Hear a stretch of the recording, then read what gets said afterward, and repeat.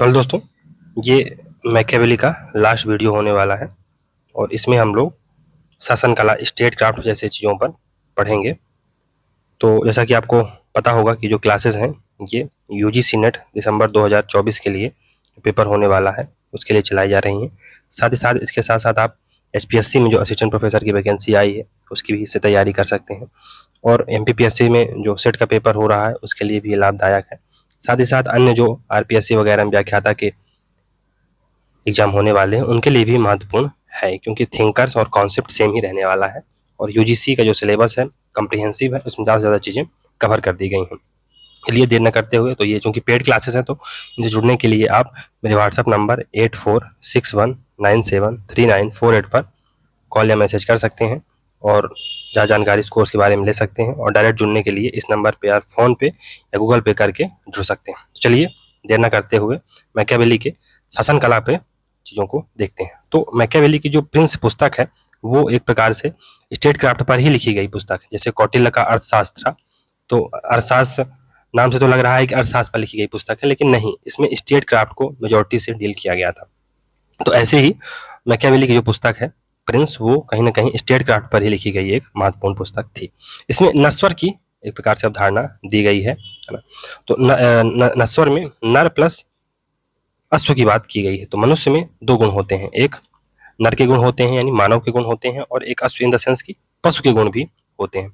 तो इसमें जो मैकियावेली है, जो वहाँ पर पुरानी कथाएं हैं, जो वहाँ पर एक प्रकार से दंत कथाएं हैं, उनका सहारा लेता है और उसके दो चरित्र थे, चिरान और सेंटोर, उनकी ये चर्चा करता है। तो आगे चल के हम देखेंगे कि चिरान क्या था और सेंटोर क्या है। तो राजा को शेर व लोमड़ी की तरह होना चाहिए। तो मैकियावेली का मानना है कि जो राजा है उसके पास शेर जैसे गुण भी होने चाहिए और लोमड़ी जैसे गुण भी होने चाहिए, है ना। तो he should be brave like lion, तो a prince should be brave like lion. तो लायन की तरह ब्रेव होना चाहिए, बहादुर होना चाहिए, जिससे कि वो चीज़ों को कंट्रोल कर सके या युद्ध में विजय प्राप्त कर सके। और लोमड़ी की तरह चालाक होना चाहिए। चालाक क्यों होना चाहिए? ट्रैप्स को समझने के लिए। तो एक जो शेर होता है वो शक्तिशाली तो होता है, लेकिन कभी कभी ट्रैप में फंस जाता है, और लोमड़ी को कभी ट्रैप में नहीं फंसाया जा सकता क्योंकि वो बहुत चतुर होती है। तो राजा में दोनों के गुण होने चाहिए, ना केवल उसे शक्तिशाली होना चाहिए बल्कि उसे ट्रैप्स भी समझना चाहिए। तो जैसे मान लो ऐसा कहा जाता है कि जो यूएसए है वो भारत को यूज कर रहा है चाइना के खिलाफ। तो भारत को ये समझना पड़ेगा कि जो यूएसए है हमें यूज कर रहा है चाइना के खिलाफ, है ना। एक थ्योरी ये भी आती है। तो ट्रैप्स को समझने के लिए इंटरनेशनल पॉलिटिक्स में जरूरी है कि हमें लोमड़ी की तरह एक प्रकार से हमारे अंदर गुण होने चाहिए, और शेर की तरह गुण होने चाहिए, बहादुरी के गुण होने चाहिए, शक्तिशाली तो राज्य को होना ही चाहिए, राजा को होना ही चाहिए। तो क्या लिखा है कि राजा को शेर व लोमड़ी की तरह होना चाहिए। तो he should be brave like lion and clever like fox. Lion की तरह ब्रेव इसलिए शक्तिशाली होने के लिए, और लोमड़ी की तरह जो चतुर होना चाहिए, क्यों? क्योंकि ट्रैप्स को समझने के लिए। ताकतवर और चालाक, ताकतवर भी होना चाहिए, शक्तिशाली भी होना चाहिए और चालाक भी होना चाहिए, क्योंकि मानव स्वार्थी एवं डरपोक है। तो अगर उसे डर दिखाया जाएगा, डर कैसे दिखाया जाएगा? शक्ति से दिखाया जाएगा, है ना। तो शक्ति की ही भाषा समझता है। तो हमने पिछले लेक्चर में देखा था कि अगर प्रिंस को लव और फियर में किसी एक चीज का उपयोग करना पड़े तो उसे लव का नहीं बल्कि फियर का उपयोग करना चाहिए। क्यों? क्योंकि लोग या जनता आपको अपनी शर्तों पर लव करती है, लेकिन आपसे डरती आपकी शर्तों पर है। ये बात है। राजनीति का मूल क्या है? शक्ति अर्जन। हमने पिछले लेक्चर में देखा था कि जो राजनीति है या पॉलिटिक्स है उसका मेन उद्देश्य क्या है? Getting power and keeping power, है ना। पावर में आना, सत्ता प्राप्त करना और उसे बनाए रखना, ये है राजनीति का मूल मंत्र, शक्ति अर्जित करना। तो चाहे वो कांग्रेस हो, चाहे बीजेपी हो, चाहे भारत हो, चाहे पाकिस्तान हो, चाहे अमेरिका हो, उनका उद्देश्य क्या है? शक्ति को अर्जित करना। शासक का एकमात्र कार्य अधिक से अधिक शक्ति प्राप्त करना और उसे बनाए रखना है। ज्यादा से ज्यादा आप शक्ति इकट्ठा करें और उसे बनाए रखें। और ये जो व्यू है ये कहीं ना कहीं हम आगे चल के जब इंटरनेशनल रिलेशन पढ़ेंगे तो ये रियलिस्ट का व्यू है। रियलिस्ट जो थिंकर्स हैं वो यही सोचते हैं। एक थिंकर है मॉर्गन थेओ, उसके बारे में आगे चल के पढ़ेंगे, तो वो भी ऐसी ही बातें करता है ना। तो ये यहीं से हमें रियलिज्म की जो सीड्स हैं हमें यहाँ से दिखाई देंगे। तो आगे चल के जब हम लोग रियलिज्म को पढ़ेंगे तो चीज़ें आसान हो जाएंगी। इसलिए ऐसा प्रयास किया जा रहा है कि आप अभी इन थिंकरों को आत्मसात करिए, है ना।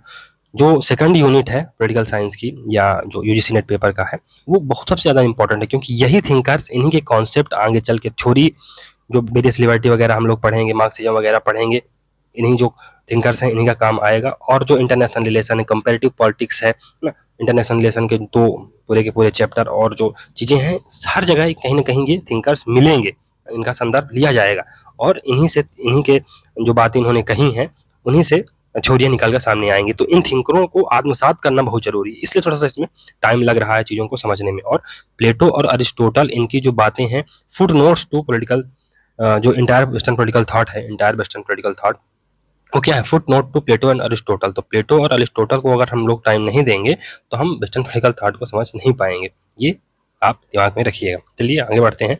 तो उसका मानना था कि शक्ति व सत्ता के बीच अंतर करने का कोई भेद नहीं। तो शक्ति और सत्ता के बीच अंतर करने का कोई औचित्य नहीं है। जिसके पास शक्ति होगी उसके पास सत्ता होगी, जिसके पास सत्ता होगी उसके पास शक्ति होगी, है ना। तो उनके बीच अंतर नहीं किया जा सकता है। साध्य ही साधनों का औचित्य सिद्ध करते हैं। And justifies the means. तो अगर आप एन केन प्रकार साम दाम दंड भेद किसी भी तरीके से आप अगर अपने नेशनल इंटरेस्ट को प्रोटेक्ट करना कर पा रहे हैं तो आपके जो साध्य हैं वो हमेशा प्रिय बने रहेंगे, है ना, साधन हमेशा प्रिय बने रहेंगे। लेकिन अगर आप नेशनल इंटरेस्ट को ही नहीं प्रोटेक्ट कर पाए तो आप एज ए लीडर, आपकी जो वैल्यू है वो कम होती जाएगी। तो अगर भारत को एज अ लीडर या भारत को एज अ नेशन सर्वाइव करना है तो कहीं ना कहीं उनके लीडर्स को अपने साथ ही नेशनल इंटरेस्ट, इन इंडिया के नेशनल इंटरेस्ट को प्रोटेक्ट करना चाहिए। तो अमेरिका ने क्या किया था, नागासाकी और प्रकार से परमाणु बम गिरा के हिरोशिमा और नागासाकी पे अपने नेशनल इंटरेस्ट को प्रोटेक्ट किया था। साधन उसने कोई भी यूज किया, इससे मायने नहीं रखता, है ना, साध्य उसके औचित हो गए। और आगे चल के हम देखते हैं कि वर्ल्ड पॉलिटिक्स में वो एक मेन एक्टर उभर के सामने आता है। तो राजनीति में सब कुछ स्वीकार्य है ना। एक कहावत भी है कि है ना, प्यार और जंग में सब कुछ जायज है, in love and war everything is fair. तो ऐसी बातें ये मैकियावेली करता है। आवश्यकता किसी कानून की परवाह नहीं करती। अब अगर आपको कहीं ना कहीं कश्मीर को लेना है तो कोई कानून, इंटरनेशनल कानून है, फलाना है, ढिकाना है, उससे बहुत मतलब नहीं है ना। अमेरिका को एक प्रकार से सिंगल सुपर पावर उभरना था, है ना, ब्रिटेन का स्थान लेना था। तो अब कोई कानून, कोई इंटरनेशनल कानून कि हमने हिरोशिमा नागासाकी पर आक्रमण कर दिया, मायने नहीं रखता। एक आदर्श राजा नैतिकता युक्त प्रबुद्ध तानाशाह होता है ना, उसके पास नैतिकता होगी, इथिक्स तो होगी, इनलाइटेंड होगा, इन द सेंस प्रबुद्ध तानाशाह होगा, यानी इनलाइटेंड टायरनी होगी, इन द सेंस की जो टायरनी होगी, जो निरंकुशता होगी, उसका उद्देश्य स्वहित ना होकर प्रजाहित होगा।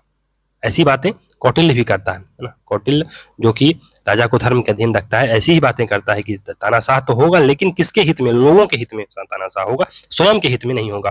और स्वयं के हित में होगा तो फिर वो मोनार्की टायरनी बदल जाएगी, तो वो तो परवर्टेड फॉर्म हो जाएगा, ये बात है। और मैकियावेली का उद्देश्य क्या है, राज्य की सुरक्षा करना। वही इटली चूंकि 5 म्युनिसिपैलिटीज में बटा हुआ था और पोप अपने हिसाब से उसको मैन्यूवर कर रहा था, तो राज्य की सुरक्षा सबसे महत्वपूर्ण है। इसके लिए अभिजात वर्ग व भाड़े के सैनिकों को खतरनाक मानता है। अभिजात वर्ग वही जो एरिस्टोक्रेसी का वो बहुत ज्यादा विरोध करता है, कहता है कि जहां आवश्यक हो, यहाँ जहां संभव हो रिपब्लिक लाओ, जहां आवश्यक हो मोनार्की लाओ, लेकिन कहीं भी आप एरिस्टोक्रेसी मत लाओ। क्यों? क्योंकि यही जो लोग हैं ये कहीं ना कहीं देश का अहित करते हैं, कुछ चुने हुए लोग, है ना, अपने हित में भ्रष्टाचार करते हैं और अपने हित में शासन करते हैं। और भाड़े की सेना के पिछले लेक्चर में बताया ही था कि भाड़े की सेना के अंदर देश प्रेम नहीं होता है ना, वो मरने मारने के लिए उतारू नहीं रहती, और जैसे ही संकट आएगा तो वो भाग खड़ी होगी, है ना। लेकिन देश प्रेमी जो सेना होगी कैसे भी संकट में अपनी जान की परवाह ना किए हुए भी देश की रक्षा अंतिम अपने प्राण, है ना, अंतिम दम तक रक्षा करेगी। तो ये बात है। अब नैतिकता के 2 प्रकार बताता है मैकियावेली। नैतिकता के 2 प्रकार मैकियावेली बताता है, एक तो है प्राइवेट और दूसरी पब्लिक। एक तो व्यक्तिगत नैतिकता है ना, व्यक्तिगत नैतिकता, दूसरा है पब्लिक मोरालिटी, व्यक्तिगत व जन नैतिकता। तो राजा को गैर नैतिक होना चाहिए, है ना, नॉन इथिकल या एक प्रकार से है ना, इमोरल नहीं, अमोरल टाइप का इंसान होना चाहिए, न्यूट्रल होना चाहिए, कुल मिला के गैर नैतिक, नैतिकता नहीं होनी चाहिए। तो देखो इसमें क्या है, प्राइवेट मोरालिटी यानी एक व्यक्ति अपने जीवन में नैतिक हो सकता है, उससे मायने नहीं रखता, कोई व्यक्ति धर्मपरायण हो सकता है, कोई नैतिकता, है ना, किसी चीज को वो गलत मान सकता है ना। लेकिन जो पब्लिक मोरालिटी है, अगर आप राजा बन गए, है ना, तो पंडित जवाहरलाल नेहरू अपने जीवन में नैतिक हो सकते हैं, वो किसी का अहित ना करें, कुछ ना करें, लेकिन जब आप भारत के शासक बन गए हैं तब आप ये नहीं कह सकते हैं कि अब हम कश्मीर पर नहीं, हम कश्मीर को ले जाएंगे कहाँ, यूनाइटेड नेशन पे नहीं, क्योंकि आपको ट्रैप्स समझना पड़ेगा कि ट्रैप्स क्या फंसाया गया है हमको, है ना। तो वही लोमड़ी जैसा चालाक दिमाग होना चाहिए था। शक्तिशाली, ठीक है, उसमें प्रश्न हो सकता है भारत उस समय कितना शक्तिशाली था नहीं था, लेकिन आपको कम से कम लोमड़ी वाले गुण दिखाने चाहिए थे। आपको ट्रैप समझना चाहिए था। कश्मीर मुद्दे को ले जाने के लिए हमें सजेशन यूनाइटेड नेशन पे इसलिए दी जा रही है क्योंकि वहां पर पूरा का पूरा गेम चल रहा है इंटरनेशनल पॉलिटिक्स में, और हुआ भी, भारत फंस भी गया, है ना। तो पब्लिक मोरालिटी यही है कि जो एक राजा की नैतिकता है, राजा की नैतिकता क्या है, नेशनल इंटरेस्ट को प्रोटेक्ट करना। तो वो अपनी पर्सनल नैतिकता के लिए वो नेशनल इंटरेस्ट को कंप्रोमाइज नहीं कर सकता है। आप पाकिस्तान या किसी के बारे में क्या सोचते हैं उससे मायने नहीं रखता है, आपको नेशनल इंटरेस्ट की बात करनी होगी। भारत ने पंडित जवाहरलाल नेहरू के नेतृत्व में न केवल कश्मीर के ऊपर थोड़ी सी, है ना, एक प्रकार से दार्शनिक प्रवृत्ति अपनाई, आइडियलिस्ट अप्रोच अपनाई, साथ ही साथ चाइना के प्रति भी आइडियलिस्ट अप्रोच अपनाई। वो उनकी पर्सनल एक प्रकार से मोरालिटी थी जिसको उन्होंने भारत की या पब्लिक मोरालिटी पर लाद दिया। तो एक व्यक्ति अपने जीवन में नैतिक हो सकता है, लेकिन अगर वो शासक है तो फिर उसको नैतिकता के कोई मायने नहीं है, वो गैर नैतिक होना चाहिए। और उसका जो अल्टीमेट नैतिकता क्या है, उसके लिए गुण क्या है, नेशनल इंटरेस्ट को प्रोटेक्ट करना, और उसके लिए कोई भी कदम उठाने पड़े वो वहां तक जाएगा। जनता की नजर में नैतिक, व्यवहार में नैतिकता से दूर। तो जनता की, और एक बात और है कि चाहे राजा पर्सनल स्फीयर में नैतिक हो ना हो उससे मायने नहीं रखता, लेकिन जनता की नजर में आपको नैतिक होना पड़ेगा, आपको सत्य के साथ रहना पड़ेगा, नहीं तो फिर लोग आपके अथॉरिटी को डिनाई कर देंगे over a period of time, है ना। तो अगर लोगों के दिलों में राज करना है, जिसकी बातें हेजमनी में कौन करता है, ग्रामसी करता है ना, नोबल लाई की बात में करता है प्लेटो। तो अगर आपको जनता के दिलों में राज करना है तो कहीं ना कहीं आपको नैतिक होना पड़ेगा। क्यों? क्योंकि जनता कहीं ना कहीं अनैतिकता को बहुत ज्यादा बर्दाश्त नहीं करती है ना, ये बात भी है। राजा को अपनी कोई नैतिक आचरण संहिता नहीं अपनानी चाहिए है। तो राजा की कोई अपनी नैतिक आचरण संहिता नहीं होती है, उसको केवल और केवल नेशनल इंटरेस्ट प्रोटेक्ट करने की एक जिम्मेदारी होती है, और उसके लिए कोई भी कदम वो उठा सकता है। यह नैतिकता के प्रति उदासीन सत्ता है। तो नैतिकता तो कुछ होती ही नहीं है। इंटरनेशनल रिलेशन में आपने देखा ही है ना, कि आपका अगर आपने आइडियलिस्ट आप बन गए है ना, तो उससे कुछ होगा नहीं। कहीं ना कहीं आप 1972 में युद्ध तो जीत जाओगे भारत पाकिस्तान का, लेकिन फिर अगर आप नैतिक हो गए, चलो ठीक है दोस्त है, हो जाएगा, कुछ हो जाएगा, तो शिमला समझौता जो कि वर्स्ट समझौता था भारत के जो समता के बाद समझौते में, तो चीजें मिलेंगी ना, तो उसका कोई रिजल्ट है नहीं। शासन न सिर्फ कानून बल्कि नैतिकता से भी ऊपर होता है। शासन कानून से भी ऊपर होता है और नैतिकता से भी ऊपर होता है। आगे चल के मॉर्गन थ्योरी को पढ़ेंगे तो वो 3 है ना 6 प्रिंसिपल देता है ना इंटरनेशनल पॉलिटिक्स में, वो बहुत फेमस है। उसमें वो नैतिकता और इन सब की कहता है कि जो पॉलिटिक्स है वो एक प्रकार से एथिक्स नहीं है ना, मोरालिटी नहीं है, तो वो उन चीजों को अलग करता है। तो कानून और नैतिकता से इंटरनेशनल कानून क्या है कि आप दो देश हैं उस संबंध में अपने, है ना, एक प्रकार से जो जैसे मान लो अगर कोई प्रिजनर्स ऑफ वार है ना, जो प्रिजनर्स ऑफ वार होते हैं, युद्धबंदी होते हैं, उनके साथ अत्याचार नहीं करेंगे, लेकिन पाकिस्तान करता है। तो कानून तो है लेकिन कौन मानता है। तो अगर उसके इंटरेस्ट है, अब भारत को भी अगर कोई आतंकी पकड़ा गया है, भारत में तो चलो डेमोक्रेसी है, भारत में अजमल कसाब या कसाब जैसे लोगों को भी एक प्रकार से डेमोक्रेटिक प्रोसेस के थ्रू ही फांसी दी गई, कितना टाइम लगा, लेकिन पाकिस्तान में तो आप जानते हैं। तो ठीक है, लेकिन कानून और शासन है वो कानून और नैतिकता से दूर है। क्यों? क्योंकि शासन का उद्देश्य है नेशनल इंटरेस्ट को प्रोटेक्ट करना, और उसके लिए कानून और नैतिकता अगर मार्ग में बाधा आती हैं तो उनको परवाह नहीं करना चाहिए एक राजा को। अब ये विवर्धन का सिद्धांत है, डॉक्ट्रिन ऑफ एग्रेंडाइजमेंट, या इसे हम डॉक्ट्रिन ऑफ एक्सपेंशन कह सकते हैं, है ना। इसमें एक्सपेंशन की बातें की जाती है। बेसिकली ये मैकियावेली कहता है कि जो एक राज्य है वो जैविक जीव की तरह होता है, और उसकी जो प्रवृत्ति है वो बढ़ना है, फलना फूलना है। तो अगर जैसे मान लो आपने कभी देखा होगा कि जो तालाब का पानी होता है गंदा होता है ना, तो अगर पानी रुक जाता है एक जगह तो वो गंदा हो जाता है, लेकिन अगर पानी बहता रहता है तो क्या रहता है कि उसमें स्वच्छता बनी रहती है, आप उसे इवन पी सकते हैं, वो है ना, कंज्यूमेबल वाटर होता है। इसी तरह एक देश अगर उसका विस्तार लगातार होता रहेगा तो उसके अंदर जो एक प्रकार से शिथिलता नहीं आएगी, है ना, ये बात है इसमें कहने का मतलब। इसका प्रयोग आगे चल के हिटलर जैसे लोगों ने भी इसका प्रयोग किया है। खैर भारत तो साम्राज्यवादी नीतियों पर विश्वास ही नहीं करता, लेकिन ठीक है, मैकियावेली को पढ़ना है तो ये इसको आप समझ सकते हैं। ये राज्य विस्तार का सिद्धांत है। इसमें राज्य के क्षेत्र में विस्तार को एक प्रकार से अपना उद्देश्य माना जाता है, क्योंकि पहले जैसे मान लो अगर प्राचीन भारत में देखा जाए तो वहां भी ना साम्राज्य विस्तार, जैसे कि अगर अखंड भारत बनाना है, जैसे कौटिल्य बात करके गया है, तो कहीं ना कहीं साम्राज्य विस्तार तो करना ही पड़ता है, ये बात भी है। तो मैकियावेली ने सिद्धांत के द्वारा अंतर्राष्ट्रीय राजनीति में शक्ति राजनीति, युद्ध व हिंसा, क्षेत्रीय विस्तार व साम्राज्यवाद का आधार यहाँ से ये तैयार करता है ना। क्यों? क्योंकि आपको अगर एक्सपेंशन करना है तो आपको पावर पॉलिटिक्स, पावर को मैक्सिमाइज करना पड़ेगा, अपनी युद्ध भी करनी पड़ेगी, हिंसा भी करनी पड़ेगी, क्षेत्रीय विस्तार भी करना पड़ेगा और साम्राज्यवाद का सहारा लेना पड़ेगा, जो कि ब्रिटेन ने लिया था भारत पर कब्जा करने के लिए। तो ये इसका बात है, इसके लिए ये बेस क्रिएट कर देता है। तो प्रिंस और डिस्कोर्सेस दोनों में मैकियावेली ने थ्योरी ऑफ एग्रेंडाइजमेंट या विवर्धन के सिद्धांत की आवश्यकता को बताया है।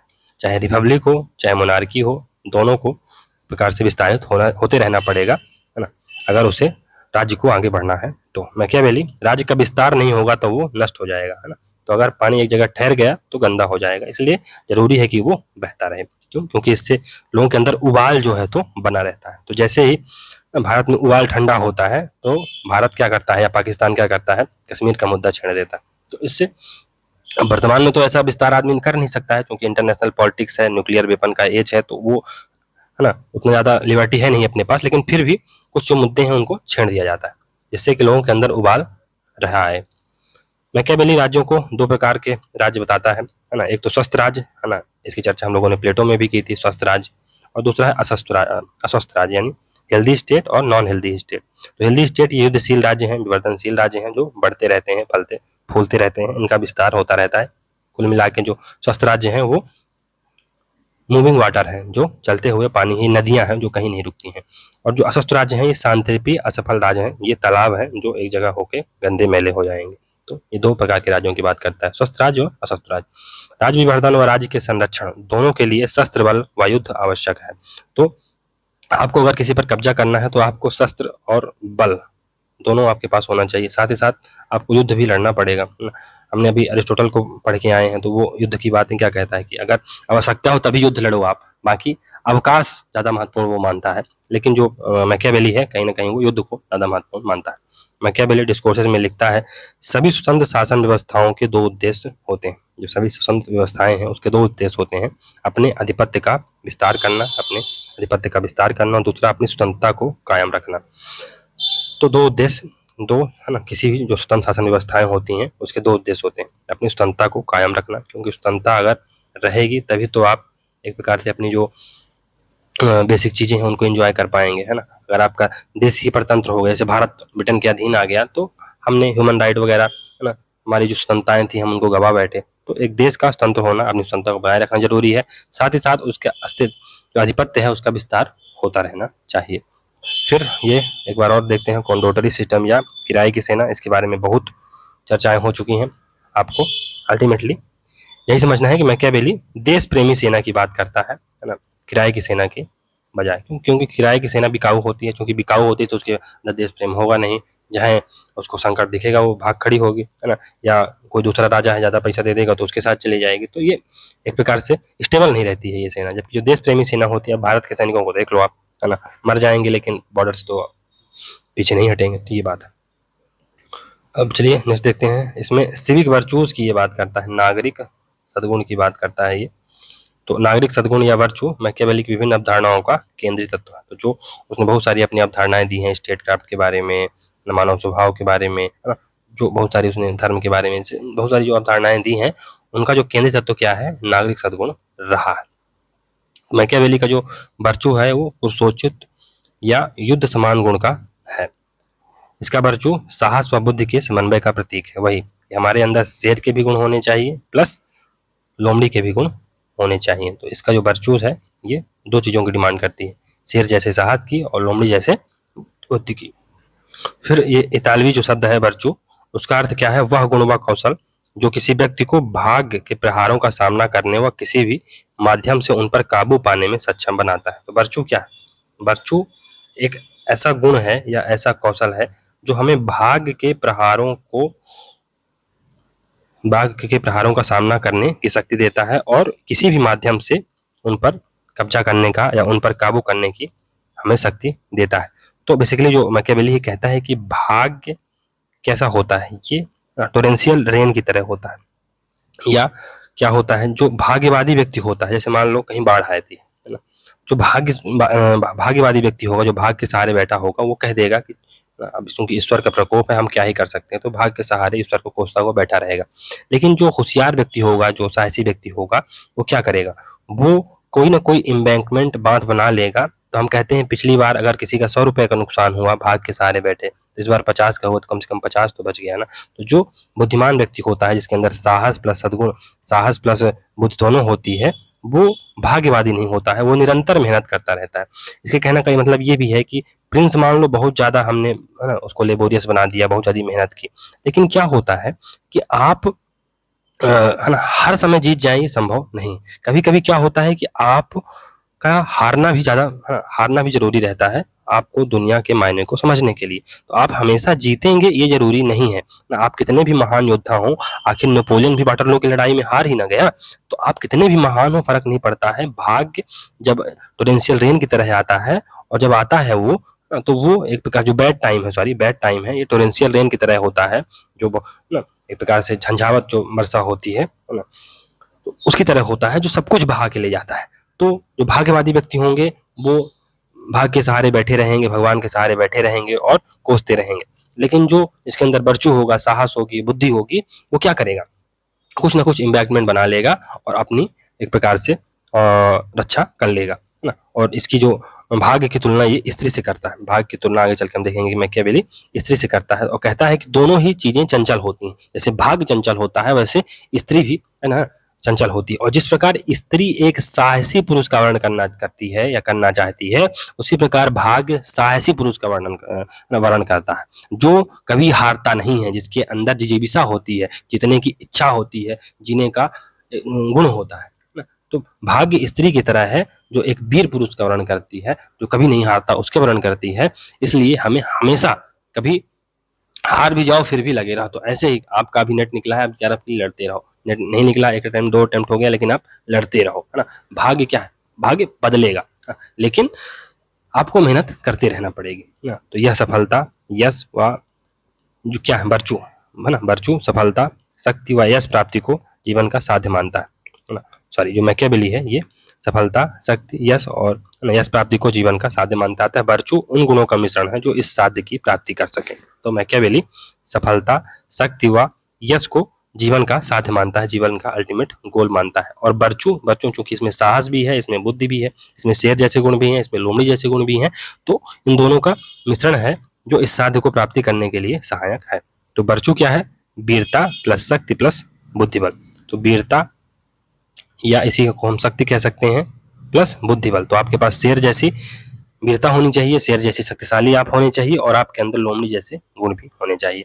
गणतंत्री व्यवस्था में, रिपब्लिकन फॉर्म ऑफ गवर्नमेंट में, यह वर्चू नागरिकों में होती है, जबकि राजतंत्र में प्रिंस के अंदर ये चीजें होती है ना। तो राजतंत्र में चूंकि अब लोगों को कंट्रोल करना है, शासन व्यवस्था, ऑर्डर स्टैब्लिश करना है, तो ये जो व्यवस्थाएं हैं, या जो ये गुण किसके पास होंगे, प्रिंस के पास होंगे। प्रिंस का वर्चू बुद्धि व बल, यानी चिरौन व सेंटोर है ना। तो बुद्धि, जो हमने पिछले जो है ना स्लाइड है, उसमें चिरान व सेंटोर 2 शब्दों के बारे में पढ़ा था। तो इसमें चिरान का अर्थ क्या है, बुद्धि बल, चिरौन का अर्थ क्या है, बुद्धि बल, और जो सेंटोर है, ये क्या है, ये बल का प्रतीक है ना, बुद्धि बल का प्रतीक है। जबकि जो चिरौन है, ये बुद्धि बल का प्रतीक है, और सेंटोर है, ये शक्ति का प्रतीक है। तो यही है, बुद्धि क्या है, ये चिरौन है, देखिए बुद्धि क्या है, चिरौन है, और बल क्या है, सेंटोर है। इसमें आधे मनुष्य व आधा मनुष्य और आधा पशु, यानी नर पशु की बात ये करता है कि मनुष्य में दोनों गुण होने चाहिए, नर के भी, मानव के भी और पशु के भी, जैसे कि नरसिंह भगवान थे, ऐसे टाइप की कुछ बात करता है। बुद्धि बल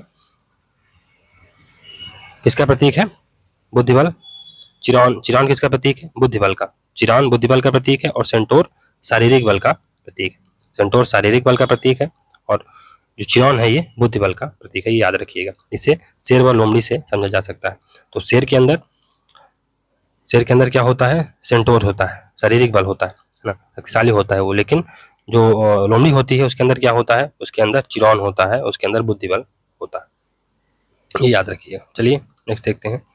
अब भाग्य व सद्गुण की अवधारणा, खैर इसको हमने समझा दिया है, लेकिन पढ़ते जाते हैं। तो इसमें हम लोग 3 चीज़ों को देखेंगे कि भाग्य एक स्त्री के रूप में हमने देखा है कि भाग्य एक स्त्री की तरह होता है जो चंचल होता है। कुल मिला के इसके भाग्य को स्त्री से कंपेयर करने का औचित्य केवल इतना है कि भाग्य चंचल होता है, पहली चीज़। दूसरी चीज़, वो उसी का वर्णन करता है जो वीर होता है, जो साहसी होता है ना। तो वही हमें एक कहावत भी आपने अंग्रेजी में सुनी होगी कि फॉर्चून फेवर द ब्रेव, है ना। फॉर्चून किसे फेवर करता है? जो ब्रेव होता है, जो कोई प्रयास करता है उसी का तो फॉर्चून काम करेगा। जो भाग्य के सहारे बैठा है उसके लिए क्या ही है। तो भाग्य एक स्त्री के रूप में, फिर परिवर्तन का सिद्धांत। तो अब जैसे मान लो आपने शासन व्यवस्था स्टैब्लिश कर ली है ना, या आप राजा बन गए, तो चेंज होगा, कोई ना कोई आपके षड्यंत्रकारी होंगे जो आपको सत्ता से हटाना चाहेंगे। तो परिवर्तन संसार का नियम है। आप ये मत सोचो कि हम एक बार बन गए, महाराजा बन गए तो हमेशा बनते रहेंगे। आपको अपने पैरेलल अपने आप को डेवलप करते रहना पड़ेगा, स्किल्स डेवलप करती रहनी पड़ेगी कि आप आने वाली चुनौतियों का सामना कर सकें। और हमें सद्गुण का किला बनाना चाहिए, सद्गुण का किला बनाना चाहिए। तो एक भाग्यवादी व्यक्ति क्या करेगा, वो सोचेगा कि चलो ठीक है, भगवान का प्रकोप है, बाढ़ आ रही है, अब क्या ही कर सकते हैं। लेकिन जो एक प्रकार से जो वर्चुअस मैन होगा, वो क्या करेगा, वो सद्गुण का किला बनाएगा, कुछ ना कुछ इम्बैकमेंट बनाएगा जिससे कि नुकसान को कम किया जा सके और एक प्रकार से सफलता प्राप्त की जा सके। और यहाँ पर भाग को स्त्री व वर्चू को पुरुष के समान माना गया है। पुरुष के अंदर साहस प्लस बुद्धिबल होता है और भाग को स्त्री की तरह चंचल बताया गया है ना, जो वीर पुरुष का एक प्रकार से आवरण या एक प्रकार वर्णन करती है। ठीक है, इसका अर्थ है भाग्य व सफलता की देवी क्या है, चपला है, यानी चंचल है, वही चंपल है, चंचल है। परिवर्तन असंभाव्यावी है, यानी इन द सेंस परिवर्तन तो होगा ही होगा, है ना। आप हमेशा एक स्थिति में नहीं रहेंगे, कभी आपका भाग्य आपके साथ रहेगा, कभी बदल जाएगा, है ना। कभी आप राजा भी बन सकते हैं, कभी आप रंक भी बन सकते हैं, लेकिन आपको मेहनत करनी नहीं छोड़नी है, आपको कहीं ना कहीं बांध बनाते रहना है ना। तो वही व्यक्ति सफल हो सकता है जो भाग्यवादी नहीं, और भाग्यवादी या निष्क्रिय नहीं, बल्कि कर्मठ है, सक्रिय है, वह सद्गुणी है। तो कौन सा व्यक्ति सफल होगा? जो कर्मठ है, जो सक्रिय है, जो सद्गुणी है। इस प्रकार भाग्य या वर्चू का घनिष्ठ संबंध है। तो भाग्य, है ना, को आप एक स्त्री मान लो, वर्चू को एक पुरुष मान लो। तो भाग्य जिस प्रकार चंचल होता है, जैसे स्त्री चंचल होती है, वीर पुरुष का वर्णन करती है, उसी प्रकार भाग्य भी चंचल होता है और वीर पुरुष का वर्णन करता है। और पुरुष को आप वर्चुअस मान लो, जिसके अंदर साहस व बुद्धि होती है। तो साहस होता है कि वो एम्बैगमेंट बना सके, है ना, और बुद्धि होती है कि चीज़ों को वो मैनेज कर सके। तो शेर और लोमड़ी वाले गुण होंगे। कहीं ना कहीं अगर आप मेहनत करते रहोगे तो एक दिन आपको सफलता अवश्य मिलेगी। मैकियावेली भाग्य की तुलना उस पहाड़ी और जंगली झरने से करता है जो मैदानों में बाढ़ लाता है। भाग्यवादी व्यक्ति हर वर्ष इसे ईश्वरीय प्रकोप मानकर सहते रहते हैं, जबकि कर्मठ व्यक्ति इस पर सद्गुण का किला अर्थात बांध बना लेते हैं और इसे रोकने का प्रयास करते हैं, वो जो उन्हें सफल, यशस्वी व सम्मानी बनाता है। तो ये याद रखिएगा।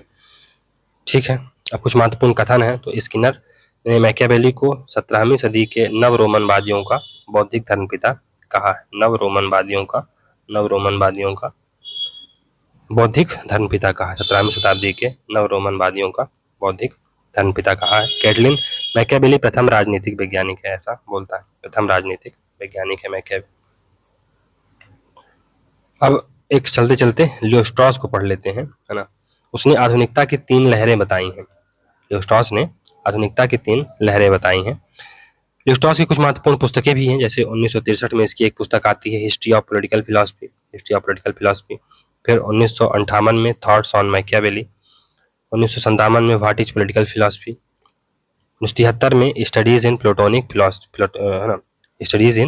Political philosophy. इसकी कुछ पुस्तकें हैं, इनको याद रखिएगा। History of political philosophy, thoughts on Machiavelli, what is political philosophy, studies in platonic political philosophy, इसको याद रखिएगा। और उसने एक प्रसिद्ध लेख लिखा है, 3 वेव्स ऑफ मॉडर्निटी। 1975 में ये लेख लिखता है, जिसमें वो आधुनिकता की 3 लहरें बताता है। प्रथम लहर में हमने लिबरलिज्म को देखा, और लिबरलिज्म जब आया तो लिबरलिज्म को आप एक प्रकार से पूंजीवाद से कंपेयर कर सकते हैं। और पूंजीवाद ने क्या किया, नेचर पर कंट्रोल स्टैब्लिश किया। उसने मशीनें बनाई, उसने तरह तरह के उपकरण बताए, है ना। एक प्रकार से नई जो युग आया, या यहाँ पर नेचर पर कंट्रोल करने की बात की गई। और इस जो लहर थी, इसके प्रणेता मैकियावेली और फ्रांसिस बेकन थे, ऐसा लियो स्ट्रॉस मानता है। इसमें मुख्य दार्शनिक आगे चल के थॉमस हॉब्स रहते हैं, और अन्य दार्शनिक इसमें जॉन लॉक, जे.एस. मिल रहते हैं। तो पहली लहर में क्या हुआ, इसमें लिबरलिज्म अपने एक प्रकार से लिबरलिज्म आता है। लिबरलिज्म को आप पूंजीवाद से एक प्रकार से इसको कंपेयर कर सकते हैं, जहां पर नेचर पे कंट्रोल करने की बात की गई। और इसके जो प्रवर्तक हैं, मुख्य प्रवर्तक में मैकियावेली आता है, फ्रांसिस बेकन आता है। फिर जो मुख्य प्रवर्तक रहा, मुख्य दार्शनिक रहा, थॉमस हॉब्स रहा, जिसने चीज़ों को पूरी तरह से साइंस बनाने का प्रयास किया, पॉलिटिकल साइंस को ना, उसे पॉलिटिकल साइंटिस्ट भी कहा जाता है ना। और अन्य दार्शनिकों में लॉक और मिल भी आते हैं। जो तीन लहर, ये सोशलिज्म या कम्युनिज्म की लहर थी, इस पर मैन के ऊपर कंट्रोल किया गया। तो पूंजीवाद ने नेचर के ऊपर कंट्रोल कर लिया, लेकिन अब पूंजीवाद से क्या हुआ, इसने अब मैन को एक प्रकार से सबऑर्डिनेट कर दिया है ना, सर्वहारा का शोषण होने लगा। तो अब इस पूंजीवाद पे हमें कंट्रोल कहीं ना कहीं चाहिए, और पूंजीपतियों पे कंट्रोल चाहिए। तो यहाँ पर कंट्रोल ओवर मैन की बात की गई। इस लहर के जो प्रवर्तक थे रूसो थे, और अन्य दार्शनिक इसमें कार्ल मार्क्स थे। तीसरी लहर ये फासिज्म की लहर है। यहाँ पर नेचर और मैन दोनों पर कंट्रोल की बात की गई। इसके प्रमुख जो प्रेरक थे जर्मन दार्शनिक फ्रेडरिक नीत्शे रहे। तीन लहरें हैं, याद रखिएगा। पहली जो लहर थी लिबरलिज्म की थी, दूसरी सोशलिज्म की थी, तीसरी फासिज्म की थी। लिबरलिज्म में जो लिबरलिज्म है वहां पर नेचर में कंट्रोल की बात की गई, फासिज्म में सोशलिज्म में कंट्रोल ओवर मैन की बात करी गई, और फासिज्म में दोनों के ऊपर कंट्रोल करने की बात की गई। और इस लेख में लियोस्टास है, उसने क्या कहा कि आधुनिकता का संकट आधुनिक राजनीतिक दर्शन का संकट है। आधुनिकता का जो संकट है वो आधुनिक राजनीतिक दर्शन का संकट है, ऐसा ही बोलता है। चलिए यहाँ से हमारा ये चैप्टर समाप्त। तो हम लोग नेक्स्ट वीडियो में हॉब्स से स्टार्ट करेंगे, है ना। तो दोस्तों, अगर आप इस कोर्स से जुड़ना चाहते हैं तो मेरे व्हाट्सअप नंबर 8461973948 पर 499 रुपये डायरेक्टली पे करके, गूगल पे या फ़ोन पे वगैरह कुछ भी करके आप इससे जुड़ सकते हैं। ये पेड क्लासेस है ना। इसकी बीच बीच में क्लासेस आती रहेंगी यूट्यूब पर, लेकिन वो सिंक्रोनाइज तरीके से नहीं आएंगे। रैंडम क्लासेस कभी आ गई, मैकियावेली पर एक क्लास, हॉब्स पर एक क्लास, तो उससे आपको फ़ायदा होगा नहीं जब तक आप इस कोर्स से जुड़ेंगे नहीं। इसमें नोट्स भी अच्छी आपको मिलेंगे, MCQs, PYQs, ये सब भी आपको पैरेलल मिलेंगे। तो आप इससे जुड़ सकते हैं कोर्स से। और थोड़ा सा भी धीरे धीरे चल रही हैं चीज़ें। एक बार वेस्टर्न पॉलिटिकल थॉट का कवर हो जाए, आप लोग उससे अच्छे से समझ लो, फिर चीज़ें बहुत आसानी से या बहुत ही फास्ट तरीके से कंप्लीट करा दी जाएंगी। बहुत इसमें हो हल्ला करने की बात नहीं है। अब चूंकि बेड़ा उठाया है तो काम तो करेंगे। ठीक है, तो चलिए मिलते हैं अगले लेक्चर में। तब तक के लिए goodbye, thank you very much for discussion.